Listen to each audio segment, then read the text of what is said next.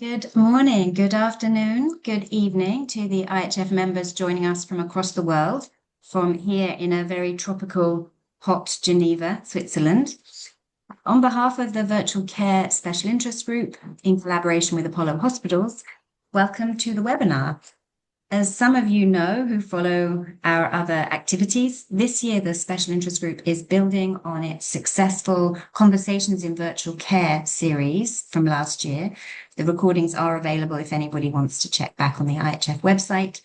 And this year we're looking at virtual care and the potential of virtual care programs as tools for hospital leaders to meet the diverse challenges they're faced with. So in April, we learned a bit more about the opportunity that virtual care provides to reduce hospitals' carbon footprints. And today we're going to explore virtual care programs as tools to improve access to healthcare for underserved communities in lower resource and rural settings. So I'm very pleased to welcome our guest panelists, Dr. Ma Talat from Indus Hospital and Health Network, Pakistan, Carol Petrovska from New South Wales Ministry of Health, Australia, and Mataza Mukhtar from Aga Khan Health Services, Tanzania. I won't share their long bios, but I can put those in the chat. So we'll try to keep each presentation fairly brief to allow us for some good discussion time. So please do note your questions in the chat. Just the usual housekeeping request to keep on mute, please.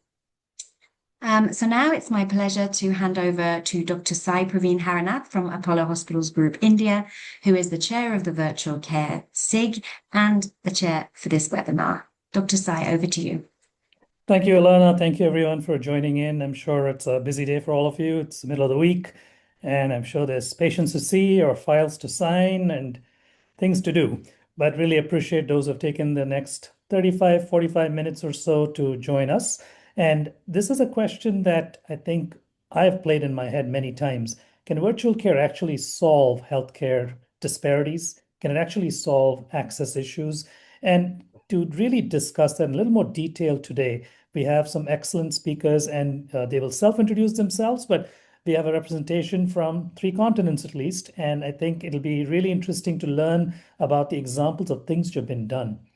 Now, to me, virtual care is care. And to you too, I'm sure that virtual care really is just another way of taking care of a patient.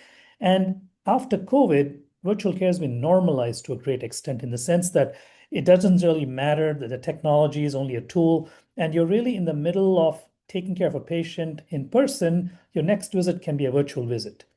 There's also plenty of virtual or non-face-to-face care that's happening. It could be happening through an interface in iMessage. It might be a app that is designed for the electronic record. It might be something to do with WhatsApp. It may be somewhere you're having a phone conversation. These are all virtual ways of taking care of a patient.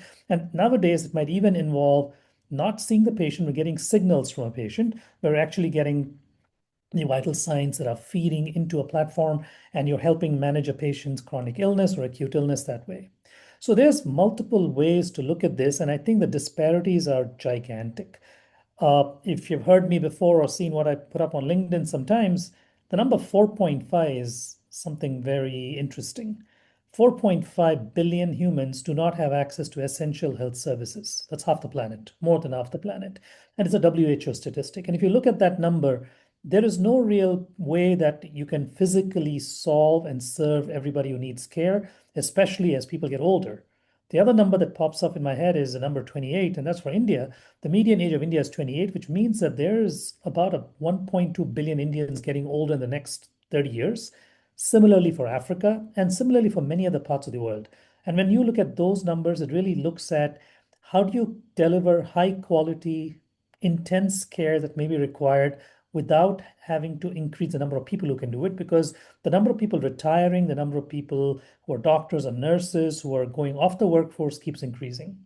Technology will help, AI will help, and having a healthier population with prevention will help. But till all of that kind of becomes normal, we need some other solution. And in our minds, we are the kind of the yes sayers. We're saying that, yes, virtual care can make a difference. So to kick this off, I'm going to really talk to a little bit about what we've done at Apollo Hospitals, and I'll jump right in. I'll be very brief because I do want to hear from my colleagues and then the audience and really participate in this webinar. It's really our trademark has been to make it very interactive. So feel free to ask questions. Feel free to ask questions about what you're presenting, etc. So I'm not sure how many of you are using AI, but you can make a presentation in 15 seconds if you really wanted to. This one was not made using AI. This was good old type and just thoughts put together on paper on the screen. But really what I'm really thinking about tele-ICU is one example of virtual care where you're really democratizing the access to expertise. Now, critical care is critical in the sense that patients need very intensive care. You need doctors, nurses, highly qualified in these particular fields to be managing a patient with very high velocity vital signs coming in. These could be heart rates, blood pressures, etc. that come through. And then you need to understand how to manage this patient who is acutely ill. Are you able to make a diagnosis remotely in collaboration with the bedside team? Are you able to manage the treatment plan, which may be medications, imaging, tests, and procedures to be done? And can you prognosticate what's happening to the patient? And then can you also talk to the family and the patient to tell them what's happening? There is an education component where you're going to be talking to the team that's caring for the patient, and there are multiple teachable moments while you do the remote care. And I kind of like to talk about this because I've been doing this for 15 years now. So I've done about 20,000 hours of remote critical care from India for the United States, from India through Apollo hospitals across India, and now through a new division of Apollo Health Access, we're actually delivering remote critical care to other countries, including Indonesia, as a pilot, as well as to the country of Fiji. Now, if we look at the hub and spoke model, by the way, if you look up tele-ICU in India, there's a lot of studies which have been published. We have ourselves published something on neurocritical care in India and how we have seen the distribution of patients that are seen in the Indian setting. We've also seen published a little bit on guidelines in neurocritical care. We've published guidelines, and it's an international one from the US. Another one for telecritical care, like the best practices. And there's multiple other cross-border telehealth studies coming out. There's a lot of work being done to allow the regulations as well as the finances to kind of make sense for conducting a model like this. So technology enabled to provide remote care is typically a hub and spoke. You have a central location which has all the experts. Then you have multiple remote sites which are smaller intensive care units. And the intensive care units may not have a critical care specialist, but they typically will have a doctor who's experienced or a junior doctor who's helped during the day by someone, and at night there's only a junior doctor. There will be nurses, and nurses are always important in critical care because they often do a lot of the work of intensive care. And what happens really then is you have a multidisciplinary team involving nurses, dietitians, physical therapists, occupational therapists, pharmacists, doctors, and of course, the subspecialties. And the subspecialties could be anything: cardiology, neurology, nephrology, etc. So what we have done in India is to really set up a network with essentially delivering as much as possible care remotely, where we're able to pull in specialists as needed to give an opinion on a patient at a remote site. During COVID, we were extremely busy. We were managing ventilators, we were managing ECMO. We took help from the UK to help our ECMO program, which was starting at the time. And I think what we've really realized is, in my personal opinion, about 80% of care can be done remotely. And in the future, with the help of AI, with the help of robots, the help of more physical tools, which can be technology related, you can actually do a lot more remotely. The scale and scope of our project, currently about 200 beds across India, we have monitored mostly in a public-private setting. The government entities which are very rural, say, for example, you have a setup in a power production plant, which is in a forest, in a waterfall, we're doing hydropower. Those kinds of settings, it's very hard to get healthcare access. That's an example. We've been doing it for the last 8-10 years or so. I think the three big areas I want to very quickly touch on before I hand off to my colleagues would be the regulatory factors, the financial factors, and the technical factors, because these are important. Although tele-ICU is a very good way to plug the gap, improve access, especially in communities who do not have a critical care team, the regulations need to allow telemedicine. India fortunately permits telemedicine, and in many places this is not yet normal to actually allow telemedicine. So that's something that should be looked at in your own countries. The second is finances. Somebody's got to pay for the equipment, the bandwidth, as well as the staff that may be required to help coordinate and regulate this. And the technical factors involve internet access, the computers that are required, and sometimes you need high definition cameras which can do pan, tilt, and zoom into a patient as much as possible. There are multiple bells and whistles on top of this, including automatic vital signs coming in, fall detection. We do a lot of these things, but we also have an early warning score using AI. But I'm not going to go into that. I'm really looking at the common denominator of delivering telecritical care. You need a willing team on both sides. Patients are not going to be in short supply for critical care. You will need equipment to monitor patients just like any other ICU. The data from that patient population needs to come into a platform that can be viewed. And then you kind of look into the regulations and have a protocol, have an agreement on how you would do this. Sometimes you do critical care on demand, where you actually call a doctor calls for help in an urgent situation where they typically would not need it every day. There are multiple other models. You can do trauma care, you can do stroke care, and of course, plain telecritical care too. So I'm going to pause there. There's a lot of literature out there. If you kind of Google my name, you'll find some articles, and we can, if somebody's interested, please ping me on Ilona, and we can share some of those articles with you. But I think the conclusion I would want to make is that I strongly believe telecritical care is a very unique aspect of virtual care, which has very high impact value because you're truly saving lives. And it's not all about technology. One quick example, and then I'll hand off. Take the condition of sepsis. In sepsis, you get a drop in blood pressure, and you need to give fluid to resuscitate the patient. Now, you can do a lot of clinical things, such as something called a passive leg raise. You raise the legs and then see what happens to the blood pressure and the heart rate, and you can know if a patient's going to respond to fluids or not. And that can be done by a remote team guiding someone who's never done it before. And if you can do that and know that the patient requires fluids, you can safely give fluids. You can look at the medication lists and look for drug interactions. A lot of simple things that can be done because the expertise is shared across geography. And one of my senior colleagues always said, geography is history. And at this point, virtual care is truly here to make a difference. Love to hear from my next colleague. Carol, all yours. Please introduce yourself and jump right in. And really appreciate all of you joining in, both participants and speakers. Thank you so much, Dr. Sai. My name is Carol Petrovska. I am the Director of Connected Care in the New South Wales Ministry of Health. We are based in Sydney, Australia. I'm an occupational therapist by profession, but I moved into policy and strategy a few years ago now. Somehow fell into the virtual care portfolio during COVID times, and I'm here to talk you through a few models that we have in New South Wales that I hope will be interesting to everyone online today. So to start with, I wanted to show you what New South Wales looks like. And I wanted to show you that really what we have in New South Wales, and the different colours represent local health districts, which are like health boards, I guess. And we have 15 of them in New South Wales. The population of New South Wales is about 9 million people. But it is over a vast area. And I'll point out that the three large districts to the left are the rural areas, and then to the right is the coastline there, which is very heavily populated. And so we have two sets of issues when it comes to the use of virtual care in New South Wales. One is about managing volume, and one is about managing rurality and distance and workforce challenges.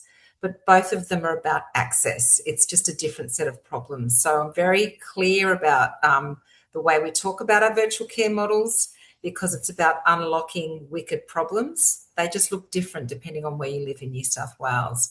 But for today, I'm going to concentrate on the rural side of things in New South Wales.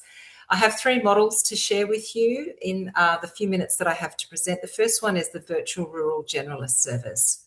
Now, this is, if I just flick back to the first slide, the purple district and the green district, this model is up and running in those areas. What this model does is it employs a group of doctors to provide virtual care to small facilities that sit in these local health districts. So, for example, Western New South Wales Local Health District, vast area of about 300,000 square kilometres. It has 38 small facilities.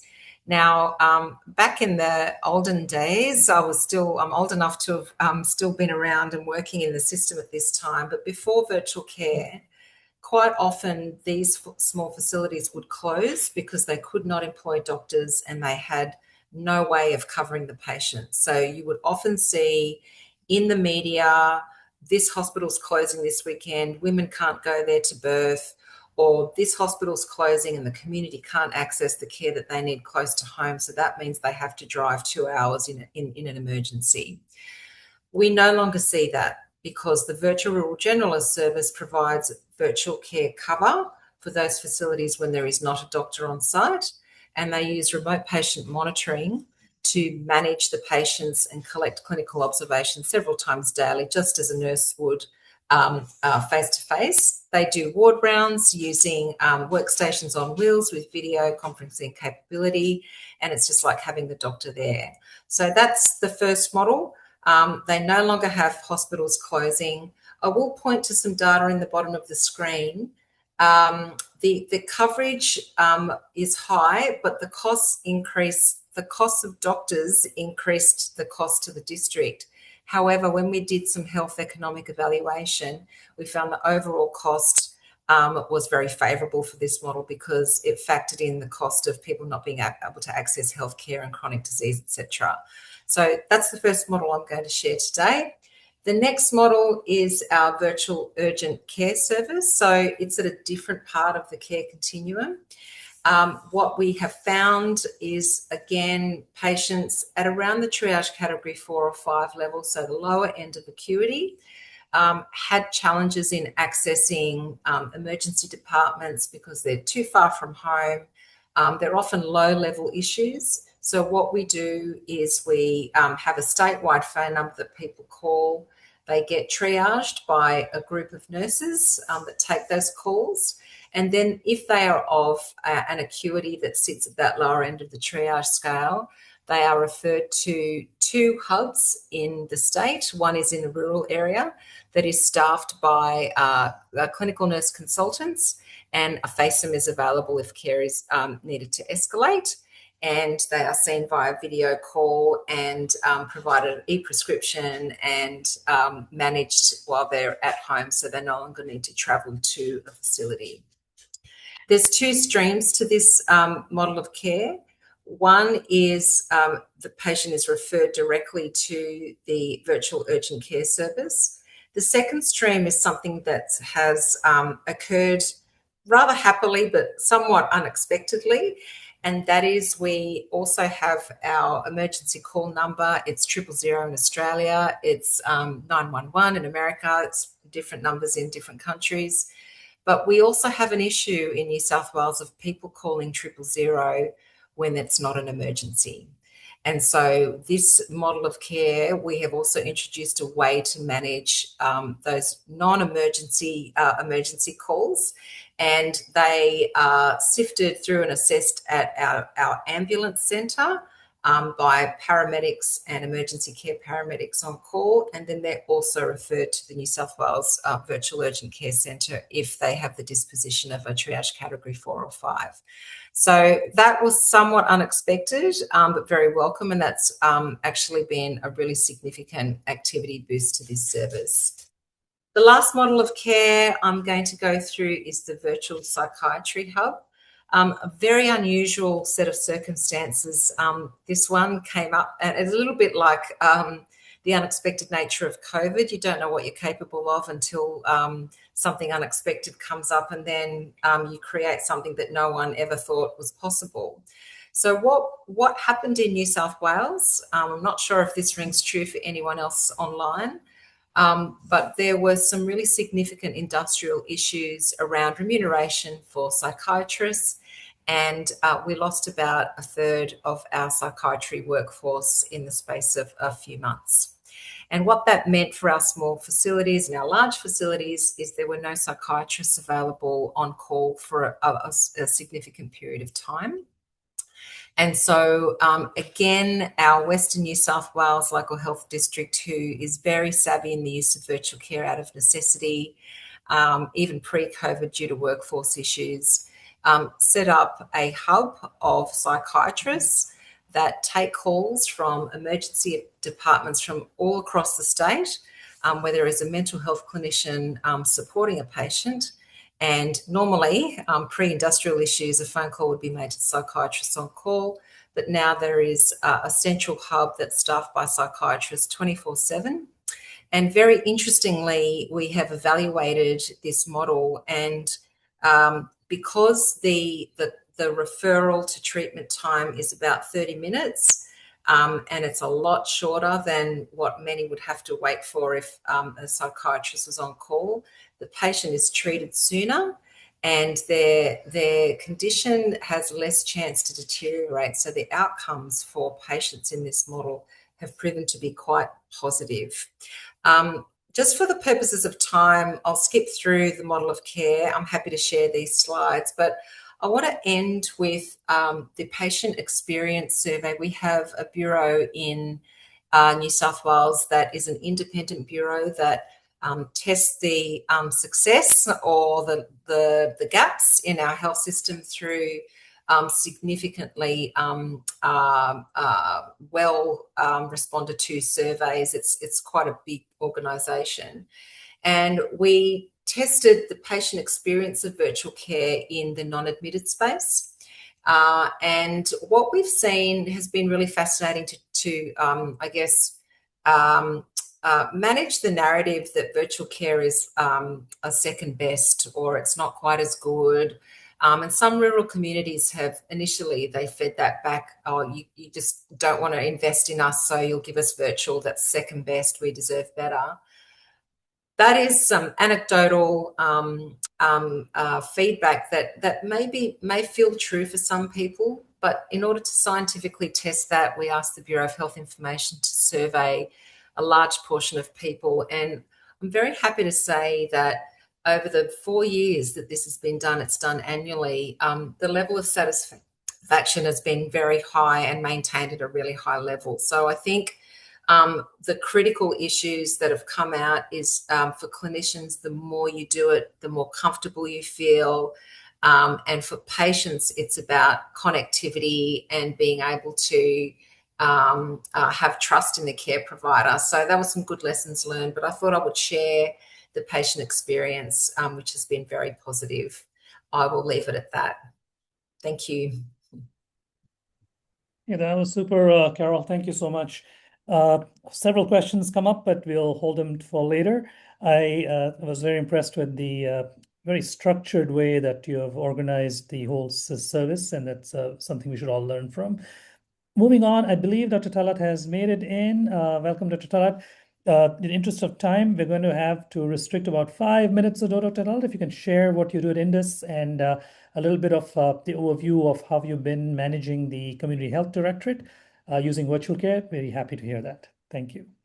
So I'm right now presenting a case study which is with our very good donor and partner, IRC. We are doing it. And it is one of the case study of public health facility where mostly the population is the local population along with the Afghan populations, but they do not have access to that facilities because the facility is not full functional because of the non-availability of the qualified healthcare providers, especially female healthcare providers. So this is just glimpses of that facilities. So the facility is in KPK. And it's one of RHC, which is known as Kalapat, and it has a population is more than 200,000. And it has more, the population is more because there are some of the villages, which is the Afghan villages, although they are not qualified as the indigenous population. And so how we make it a model with a virtual care that the Afghan population along with the local population can get access to the good quality health services. So what we did, that facility, the public health facilities in which there is a problem, specifically human resources, a gynae-obs, pediatrician, and also limited skills for the newborn and maternal child, specifically midwives. So there was no referral system established for any complicated cases or nothing is existing, but mostly people are going to the DHQ, which is a bit far, and the Afghan population, they are not coming to anywhere. So these are the major problems. So there was a basically mismatch between the population who needs health and the service delivery model, although the big facility was there. So how the virtual care solved all these problems. So what we did, we had an MOU with the government facility along with the donor, and we provided that how we are going to integrate the services with in-person and the virtual care that this facility is going to be functional. So we identified the gaps, and mostly the gaps are female healthcare provider, and especially nights. And midwives are not capable of enough to find at initial stage that these deliveries are high risk or the low risk. So we provided a digitalized midwifery-led model, and with the midwife is there along with all the virtual platforms, and we connected them with our hub with gynecologist and pediatrician and Karachi. So there was a magic happened, and that facility, the big facility, which was not working at all, suddenly more than 2,000 OPD started, and people were coming in. Then the good thing was, which is a bit of a more innovative, mostly the virtual care is not sort of a service delivery where the deliveries are happening. So we provided all the digital platforms, and we're starting from ultrasound and everything, antenatal is happening, and also consultation with the gynecologist. So we make it sure that the integrated care systems and everything is over there. And that facility is now 24/7 functional. So what happened? This is a government facility. I already explained. So we did some of the digitalized platforms. We trained midwives. But there was one more concern, which is in the Afghan village populations, that these population are not identified as a registered population, and they are not able to come to visit those facilities. So we trained on an application, rather on an Android-based information from their women within their population. So there is a health-seeking behavior, and they can connect them to the health facilities. So it was a three-pronged approach. One was in the community. In the community, those female healthcare providers from the community, they are taking them or they are screening them, and then they are bringing them to the facility. At the facility level, we make it sure that the midwives and everything is available, and they can be connected to our hub, which is in Karachi with OBGYN, gynecologist, and a pediatrician. So with this, we close the loop. We started from community, and we make them that their health-seeking behavior can be increased, and we connected them to the health facilities and make that health facility functional through digital platforms, along with the supervision and hand-holding by the clinicians in Karachi. So what was the results? And so there was results in this slides, but this is a bit of a busy slide. I'm not taking into this one. I'm just giving you the glimpse what was the results. So this was the results. So that facility, which was non-functional, so we did more than 11,000 teleconsultations, mostly are women, and then skilled deliveries, BB were delivered over there. And those not only delivered, they got all the vaccination and everything which is required, and the pediatric consult if somebody is required through our hub. So that innovative model is connecting from community to service delivery and making the facility functional through the virtual platforms, address the entire gap of access to the community, because that community was since long did not have access to that facility because that facility was not functional. So this is it. I'm not taking much of a time. And this is the take home, that the virtual care is not a technology, it's a health system strategy. And it's not a one recipe that we have to park everywhere, everything. So we have a different types of a virtual care, our telehealth centers in those areas where there is nothing. But this case study was a bit of a different, because that health facility was there, but the care and access problem was still existing. So we we try to address the problem of indigenous and Afghan refugees and connect them to the facilities through the digital platforms in the community, then at the facility level, and then the specialized care from the existing hospital. Thank you so much. Thank you so much, Dr. Talat. Looks like a very difficult thing that you've achieved, especially for a very marginalized population. So very impressed by what you've been able to achieve there. And I agree with you. It is a health system strategy. In fact, it's normal now to use virtual care as one more tool. Quickly on to our last speaker. And I think it'll be helpful to, I believe, Dr. Murtaza, if you can maybe just be a little faster than what we had planned, we can have a little more time for questions. Really appreciate all of you joining in. Aga Khan, as you all know, is a stellar institution, and Dr. Murtaza will be sharing information from Tanzania. All yours. As they always say, the last one is the one who handles the pressure, so I will do that. It's a pleasure. I'm Murtaza Mukhtar. I'm the head of clinical operations. The Aga Khan Health Service Tanzania was established 94 years ago in Tanzania.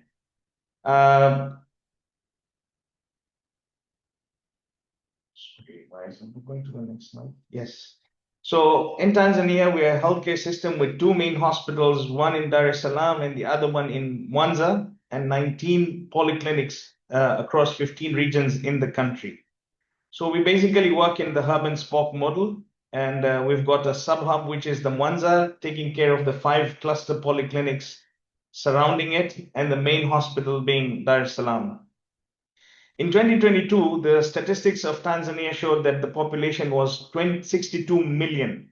And from this, if you look at the hospitals that are there, the district hospitals are 1,089 district hospitals, where 70% are in urban areas, 30% are in rural areas. And also in the urban, they're mainly in 4 main cities of the country from the 25 regions. 183 district hospitals are there in the other areas. 1,084 polyclinics are available, 70% of them being also again in the urban areas, 28 regional hospitals and 6 zonal referral hospitals and 1 national hospital. So in 2019, as Dr. Sai also mentioned about COVID, was where things mostly changed and went virtual. We also had a launch of Pigia Daktari app, which means call your doctor. And this app was inherited from our other sister hospitals in Karachi, and they had this platform ready. So we decided to take it on board and start virtual consultations. However, the uptake was very poor, and that was because mainly of 3 big reasons. The first one being due to technology. The patient had to download the app and call us app to app. He could also do payments. So all those issues were becoming hurdles. Secondly was the regulatory, of course, from the government side, but also from the insurance. The insurance were not giving approvals for teleconsultation. And till date, they are still not agreeing to providing approvals. And the third one was retrieving results to ensure continuum of care. As these patients, once you see them remotely, you cannot send them anywhere. You ask them to do some tests. They would go far again, do those tests. Sending you the results was difficult. So we discussed and we said, what do we do now? So the first thing we said that we need to have one HMI system that takes care of all our hospitals. So we went into one Meditech solution where we bought this solution and we have integrated all our hospitals across the country and polyclinics. Then we said that let us break into specialty, and we decided to start with cardiology, and all our centers were connected, and hence any doctor who would do an ECG or an echo and would see something and he would understand that I need a cardiologist consultation, everything is already in the system. He would just call our referral office, and the referral office would then connect to the cardiologist available so that they would be able to discuss and provide care from those centers which are hundreds of kilometers away. We then also started receiving patients for radiotherapy, and they were being referred sometimes late, sometimes too early, and they had to wait for 2 weeks to start their radiotherapy. And remember, there are only 5 radiation therapy centers in the whole country. The 5th one is actually being launched today as we speak. So we decided to also connect with them virtually And all those patients, before they send them, we would send a plan to them that they should be landing on this date and come in for the radiotherapy sessions. So that is how we connected our East African partner hospitals. We also struggle with anesthesiologists and intensivists because they're not available readily in Tanzania. So the main hospital has got 2 intensivists, and we connected to our Karachi hospital, who has a hub, and it supplies all those teleconsultation services to the northern areas of Pakistan. So during the nights, evenings, and our Mwanza hospital is fully connected to our AKUH Karachi Tele ICU. So any patient who comes in at night or any conditions that change, we do tele ICU. Then we also thought about emergency, and we said that the way to work around with emergencies, because there are a lot of boda-bodas, the motorbike transportation use, and there are a lot of accidents. So we took the emergency project and we started training the bystanders, and we connected them to our ER. So at any time they can call the hotline and they can be helped what to do next with a patient who has got an accident. And finally, of course, we have connected now the Mwanza hospital with our Dar es Salaam hospital in the same HMIS. So they're able to connect with us anytime during the day for any consultations that are required. The next steps from here, of course, are to discuss with the government and to see how we can integrate the public sector with us and strengthen care to provide to different areas, especially the rural areas. Thank you. Thank you so much, Murtaza, for being very brief and succinct, and very interesting points raised about both in-country and cross-country telecare. I think excellent presentations from all 3 speakers, very different approaches. But ultimately, I think what we've seen is that the commonality really is the fact that we've been able to, I would say, use the technology usefully. I've also heard comments about sustainability in the chat. I think those are things we should pick up. Why don't I start off by quickly asking Dr. Talat, because I don't know, she's hopefully still on. Dr. Talat, you have a couple questions in the chat about how can you improve the access in other remote areas, if you can give 2 points on that. And also if you can very quickly comment on what is your opinion on getting this to be more sustainable. And right after that, we will go to Dr. Wani, who's from asking a question in the chat. And I believe his question is about rural terrain. How can we actually make a difference? So we'll do those 2 things right now. Dr. Talat, would you want to quickly take that? Yeah, thank you so much. I was just about to write all the answer of these things. The lesson learned from this remote model is that we have to improvise specifically for the specialized care or the services which are not available in those areas. So the improvise the methodology, and that improvisation is the virtual care. And what we did, one of them is through our case study, which I presented in Kalabat, is midwifery. But apart from this, we have 2 other models, specifically in Badin and Gawadar, which is in Balochistan, where emergency and ICU specialist are not available. So the entire emergency and ICU is run by telemed model. So it's the specialist care is in Karachi, and they are, so the technology obviously worked and hand-holding obviously worked, but the virtual care and the supervision by the virtual care by specialized people is required. Regarding the sustainability, I think shifting from in-person to the virtual care is one step towards sustainability, because in-person care, specifically the specialized people getting in those areas, is quite expensive. And so the virtual care is a solution in which already the specialists are sitting in far-flung area, they can handhold or supervise and make them run. Regarding this, I think Amna has a specific concern, because this is a pilot, how this pilot can be further sustainable. But my point is not that making this pilot to be sustainable, rather it's extrapolate, it's lesson learned to be taken further to the other projects, how the specialized care can be used in high areas where, and in the hub specialists are sitting, and they can supervise or they can handhold in the remote areas. So the services can be on and can carry. I hope I answered the question. Well, that's great, Otala. So just, I know you have to leave, but this is a question to all the panelists, which I'll come to later. But if there was one take-home message you wanted to give in a sentence, what would that be?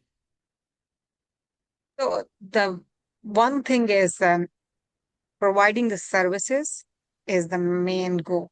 Access and coverage is the main goal. For that, now we came to know that the poorest and the poor at the equity, sometimes we are not able to find the high qualified specialist over there. So the virtual care is the answer. So Perfect. where Thank they you. can get all the services, which is thank you. Would you want to very quickly comment in about a minute or so, your thoughts about the whole area?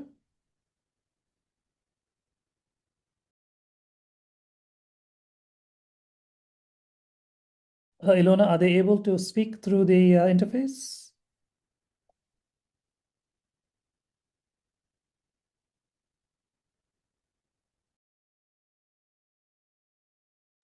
Not able to hear Dr. Vani. Yeah, yes, sir. Can you listen to me? Yeah, please. You have If you can be very brief, please, because we have several other Yeah. questions to run through. Yeah, please go ahead, Dr. Vani. I'm audible, sir. Yeah, this experience from Kashmir, India, Yes, the sir. border joining with Pakistan. Tough terrains, harsh weather, poor connectivity, difficult to reach areas, but beautiful areas. Sometimes 6 months they get closed. The population, not much literate. Literacy is very high. They are rolled up in customs, traditional care, and superstitions. We did put up our pilot project of telemedicine. We did do reach for simple diseases like fever, headache, early pickup of the tuberculosis, but from the symptom what AI generated, we supported. So in these things and monitoring the diabetes and hypertension, giving them the message in time that you have to take the medicine, you have to take the treatment in these. But we do this in what we do have the difficulties of the internet connectivity.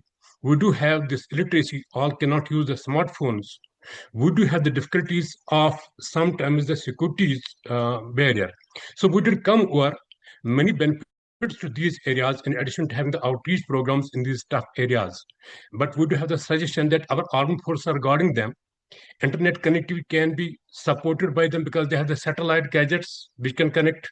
The cultural customs can be curtailed because the female officers can join there, whether the BSF, border security forces, or the armed forces.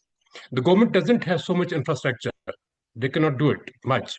But it has our hospital is at 50-bed hospital, multi-specialty with 24/7 emergency running. We do get these patients from these tough terrains, and we have treated, we have saved the lives. We do save the lives. Virtual care is possible. It can be boosted if Perfect, support is sir. taken by our forces. So that's perfect, And Dr. Vani. I really appreciate you sharing it. It'll be lovely if you can send in an email or a message on what you've been doing. We will love to hear from it, and we can, have a discussion on this. So I'm going to move. Thank you so much, Dr. Vani, for Sure, sir. sharing the experience. I think it's commendable what you're doing, especially in a tough terrain. I'm going to move quickly and kind of continue that thread with and ask Carol about the challenges. One of the challenges we talk about is internet access, etc. Is Australia looking at satellite internet at all? How is the bandwidth availability, etc.? Do you have any questions or comments on that, Carol? Yes, it is a challenge. And yes, things like Starlink are starting to make a difference. Our advice is that not everyone will have internet connectivity. And even if they do, we have a public health system in Australia. People shouldn't be using their own data to burn through their data to take a video call. And often people can't afford it. We certainly found that during COVID. Our suggestion is if virtual care at home is not possible, then we would suggest things like community health centres or even public libraries or something that is close by, that is some sort of a government building that has the capability to provide a screen and connectivity. And an example of that I can share is there is an Aboriginal Land Council clinic for our Indigenous population in a fairly rural area in New South Wales. And they had a room that they set up with a camera and a screen, and the community comes to that centre because they feel safe there, they don't need to use their own data or worry about connectivity. So it just means people may need to travel a short distance rather than a very long distance, but can still receive that care. Thank you, Carol. That makes a lot of sense. The next question really is what Kulsum has asked about the key barriers to scaling virtual care in developing countries and how can governments and partners address them. And it's also tied into what the comment from the Philippines, from Clamaco, about the number of islands. And I would extend that to the Pacific Islands. I would extend that to Indonesia. So there's a lot of island communities, especially who have challenges in terms of accessing. Starlink is helping in some regions for sure, those kinds of internet bandwidth access. Murtaza, could you use your Tanzania experience and comment on how you think you could solve for other developing regions? Are there 2 or 3 themes you can pick, both from a public-private aspect as well as technology related? Thank you. So one of the things that looks like a barrier in low middle income countries is always the internet. So one of the ways to break the barrier of the internet is the government itself also has started telephone conversations and doing telephonic consultations. And you basically don't really need to be virtually available face to face, but the doctor can be speaking to the patient directly on the phone, understanding the symptoms and providing care. Yeah. The other aspect is always to have GPs who are now also being trained in some models. For example, one of the centers that we have taken as a model is the Amana Hospital, where our neonatal care is very poor in Tanzania. So what we did is the neonatologists are only in Dar es Salaam. So we called up a workshop where we trained the GPs how to intubate, what ventilator settings to start with, when to do what. So they start with those, and then they call us and they call our consultants and say that this is where I am. What is the next step that I should do? So a person who's there technically sound on those areas can then prove. So one of the barriers being internet is somehow we can see that it is phasing out.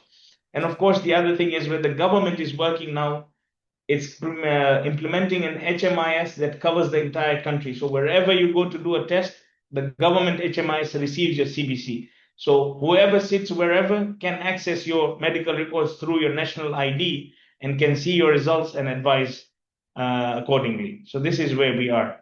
Thank you. Perfect. Thank you. That's very helpful. I'm going to address Kulsum's question also about, how do you do the physical exams, the diagnostics or treatment interventions? And some of the questions we were going to ask the panelists was about how can low-cost tech support this, etc. And I think there's a lot of new technology coming out, including camera-based vital signs, as well as camera-based biomarkers. In addition to that, you can use devices. There are many companies now which make devices which can listen to the heart and lungs, and patients can have access, or somebody near a patient can have access to that.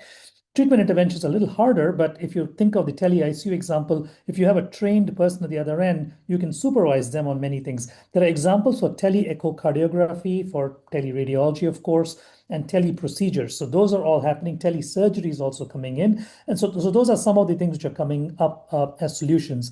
One of the other questions we were talking about is financing for these. Can hospital leaders finances? I'm going to park the question for a future discussion because it's a more complex theme.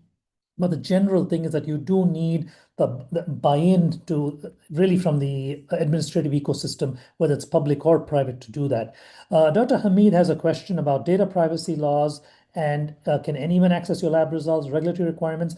I think, Dr. Mukhtar, do you have a comment on that very briefly from the Tanzania example? Yeah, briefly, I will comment on the India example very quickly. In India, there is a data privacy law where patients' data is private, so you have to ensure that it is kept securely, it is documented securely, and patients will have access, but only authorized providers have access. There's a consenting process, etc.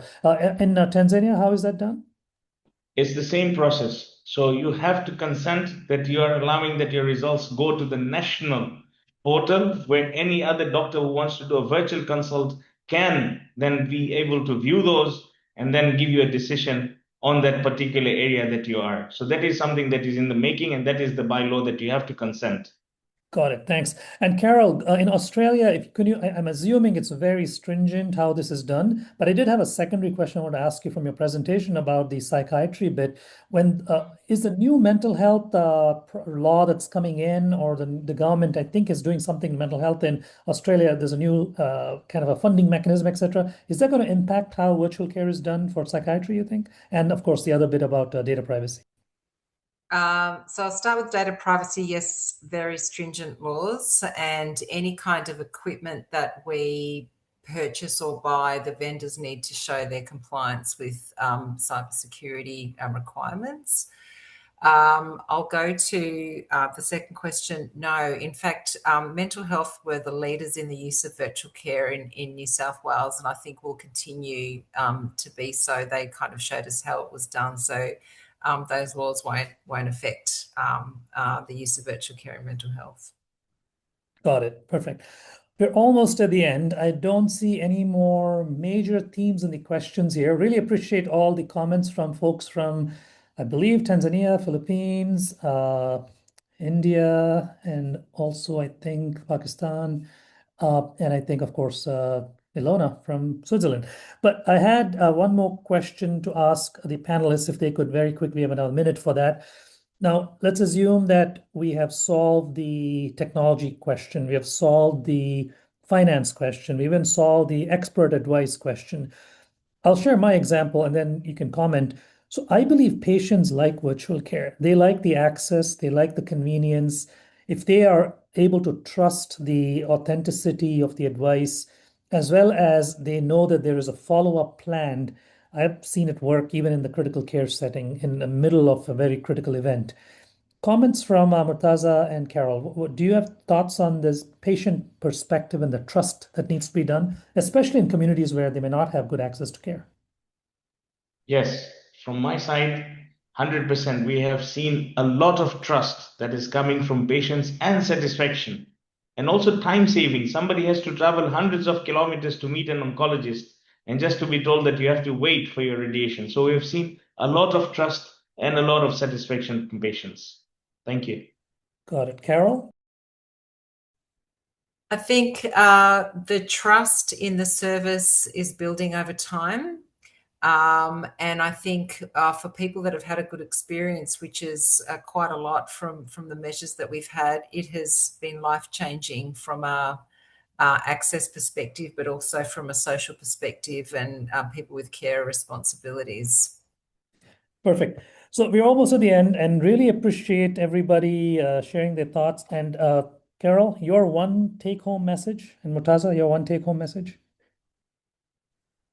Virtual care is care. Stop treating it as something separate. It should be business as usual care that's normalized. Okay. And Murtaza? Virtual care is actually the healthcare system now that is growing, and we are seeing the future that is going to go into virtual healthcare. Perfect. So I think we've had a round the world kind of discussion on virtual care, the access issues, the gap issues. I think virtual care can bridge the gap. I don't know if it'll close the gap. It'll bridge the gap for sure. And what I think we should look at is incorporating technology, incorporating AI, really figuring out a participatory, collaborative method where we learn from good experiences from multiple other regions. And the intent of this webinar is exactly that. And really appreciate Apollo Hospitals for having the vision to actually push this into a global ecosystem. And my leadership, led by Dr. Sangeeta, Dr. Preeta, they have been very, very interested in virtual care for the last 26 years or so. And what we have seen is that in the Apollo ecosystem, the benefit has been not just the fact that you're able to see patients and deliver advice, we're also able to deliver medications to them, do prescriptions, and also diagnose based on tests which can be done by the patient locally, but they don't have to come to a metro area. They can just do it in the rural communities. So there's plenty of great things happening, and plenty of challenges, plenty of barriers. But overall, I think discussions like this, I think, will move the needle towards making virtual care normalized and that somebody can access at any point, anywhere. Ilona, again, thank you so much for coordinating and hosting and prepping us for excellent webinar. Participants from around the world, really appreciate your interactivity and chat and your energetic participation. Hopefully you can all join us in the future webinars as well as the conference that we're going to be having in Seoul in October. We will be having a very interesting workshop. Ilona, you want to quickly touch base on that before we close out? Thank you. Yes, thanks, Dr. Sai. We're having an invitational workshop at the World Hospital Congress in Seoul in October, and it will be by invite. If you're interested in attending, please feel free to reach out to me. But it would be great to see many of you there. It's going to be very based on discussions, very interactive, and really about finding solutions. So it's going to be a rapid fire development lab that we're hosting in Seoul. So hope to see many of you there. And just a big thanks to Dr. Sai for chairing the webinar so expertly, and our brilliant panelists. It's been a pleasure working with you all. A write-up and the recording will be available, and we'll be sharing that through the IHF newsletter next month.